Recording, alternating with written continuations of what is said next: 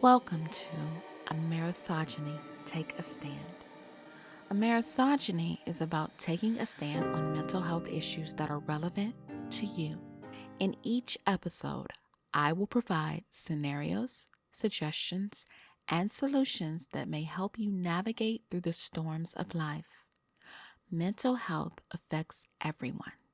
Taking care of your mind is just as important as taking care of your body. This is episode 1, Gaslighting. What is gaslighting? Gaslighting is abusive behavior. It is manipulating someone into questioning their own sanity or intellect. Anyone can be targets of gaslighting. Gaslighters sow confusion into their targets, intending to bring down their self-esteem and overall happiness. How to tell if someone is gaslighting you? Here are some examples. Let's say you're out on a date and the guy you're dating looks at a girl and says, "Wow, she's really hot." You don't respond because you think he's making a random comment, but he keeps saying it. You notice he's watching and waiting for you to respond, and he keeps it up until you respond because the response is what he's looking for. And no matter how you respond, they pounce. You say, "Yes, she is." He says, "Why'd you say it like that? You have no reason to be jealous." You say, "I'm not jealous. I'm agreeing with you." He says, "Oh, now you're getting loud? You're starting an argument? You're so embarrassing. All I said was she's hot, and here you are ruining our night." Now, you know you're not jealous. You know you're not trying to ruin anything, but he keeps going. I remember you did this at the Christmas party when I told you another girl looked good. You're so jealous. Your attitude is really pissing me off.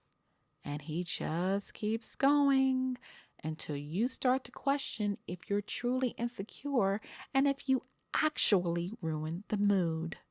You didn't. That is gaslighting. Let's say it's a week later. You're with a group of mutual friends.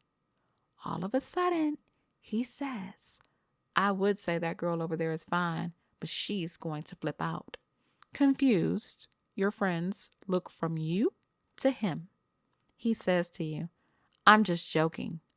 Don't get irrational." Now you're embarrassed. So what do? You laugh it off.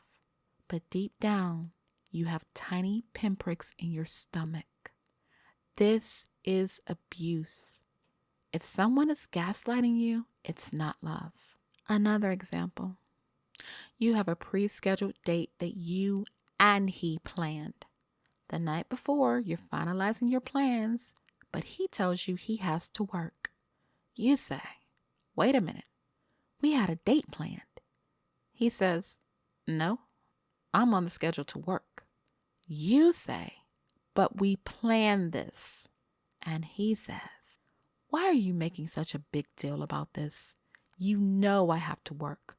Why are you being so selfish? I would never make plans to go out on a night I have to work, and you know it.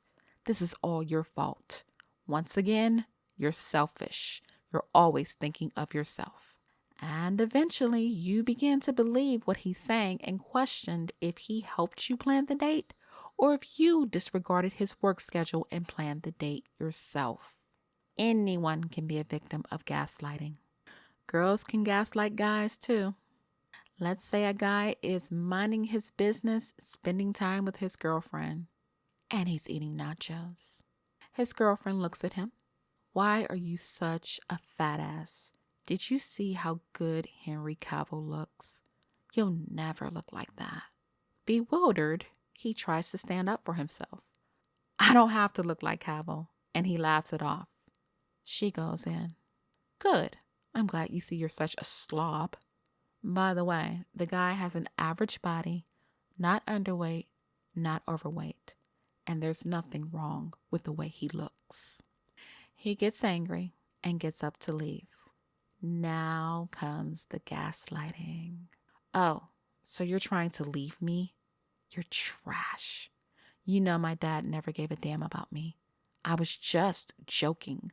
Why do you take things so seriously all the time? You're always starting things.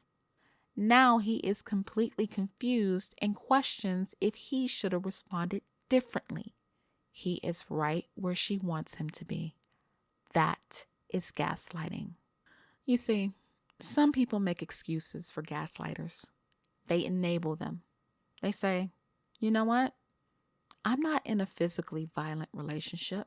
They don't hit me. Does this sound familiar? It's not that bad. It could be worse. It's only sometimes. Sometimes I do take things too seriously. Well, at least I'm not going through what she's going through or what he's going through. If you consistently make excuses for your partner's bad behavior, you're not in a loving and supportive relationship. You're not with someone who wants the best for you. Gaslighting can be blatant or subtle. Let's go back to the scenario where the guy said the girl was hot. Sometimes an abuser doesn't need to say anything to you to make you feel bad. He could give someone a leering, sensual look, then look back at you and smirk. You need to understand there is nothing wrong with you. He knows exactly what he's doing, and the fault lies with him, not you. Here's a red flag. Gaslighters are threatened by family and friends who have high self-esteem. People who will pull you to the side and say, girl, this isn't it. Or dude, what's up with her? She's psycho. Look at you. You're sad all the time. The things they say to you, it's not right.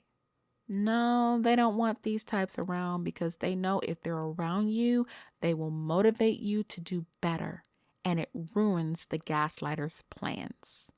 Gaslighters are extremely efficient at lying. Let's say you're making cookies at 11 a.m. You're out of sugar, so you send them to the store with your credit card. They don't come back until 3 a.m. the next morning.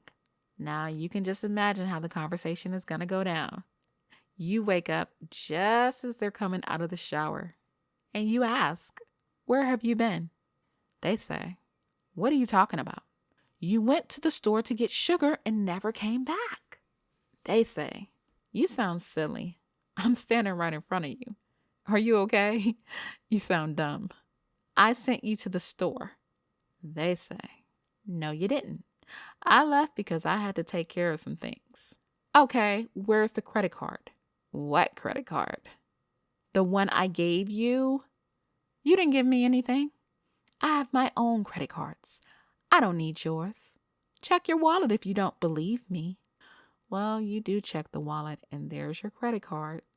Now, you know you gave them the credit card, but they will argue you down you never did. And if you stand your ground, they'll start breaking you down. You're irrational. You can't admit when you're wrong. I'm not dealing with this. Then they get dressed and they leave again. And they'll wait, let's say, 3 days later before they send you a text, testing the waters. Either you're going to let it go or you will continue to stand your ground.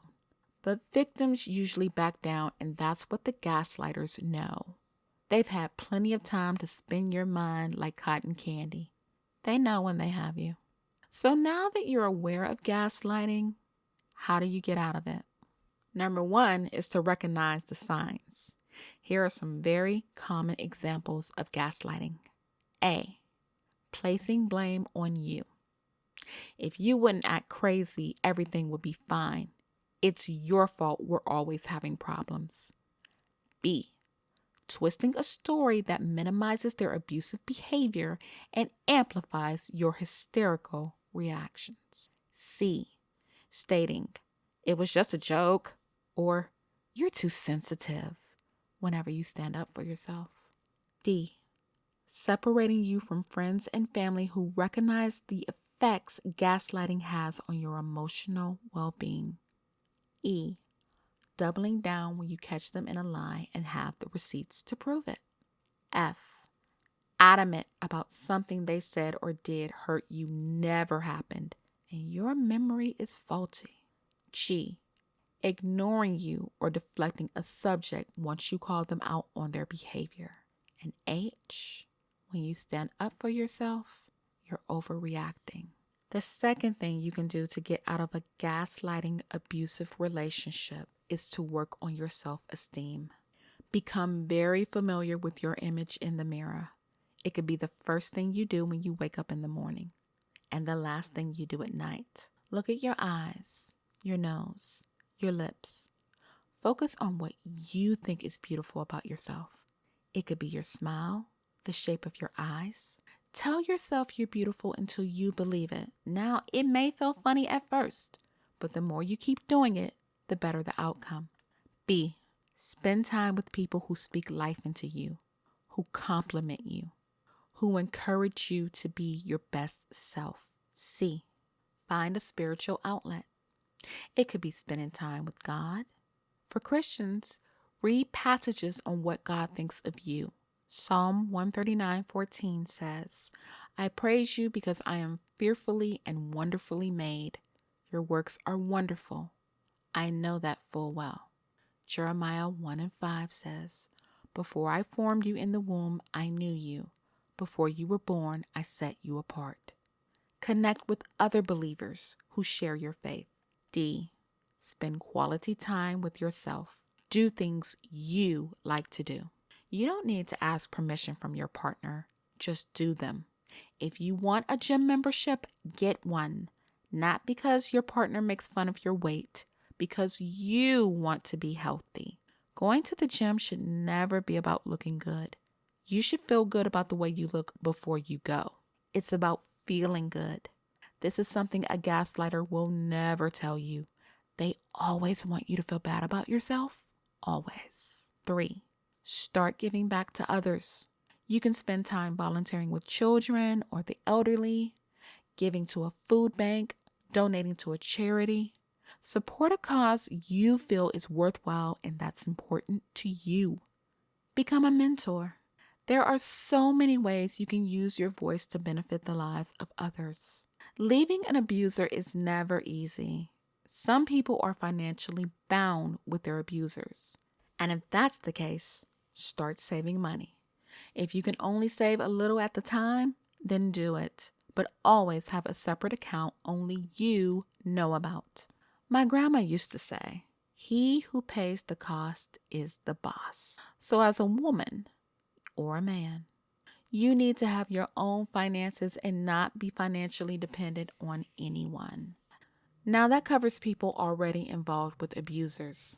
If you're just starting out in a relationship and something they say doesn't feel right, run.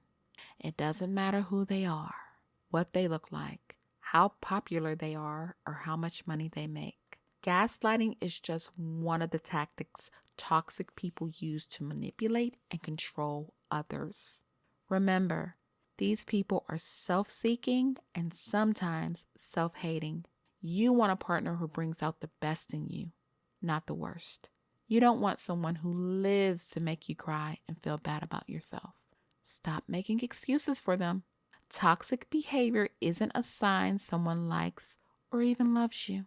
Toxic people have issues that go well beyond the surface of a pretty face and sweet words. People who take advantage of you and break down your self-esteem are not worthy of your time or attention. It's not going to happen one time.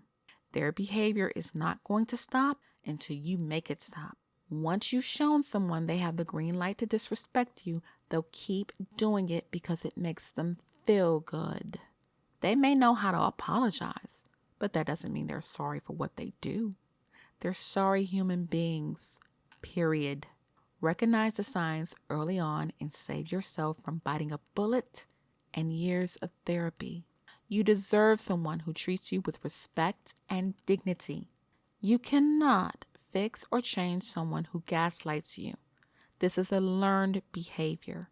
They have learned how to survive, sponging off of people they're supposed to love. People like this travel throughout life, destroying the peace of mind of as many as they can. They don't know how to stop. They don't want to. They know exactly what they're doing. And now, if you didn't know before this episode, so do you. What do we do with trash once it starts stinking? We take it out. You don't sit and reason with trash. You don't lie in it, hoping it will see your worth. And I'm out of time. Thank you for listening. If you liked today's episode, be sure to share it with friends. I will be back with more stories. Take care, and God bless.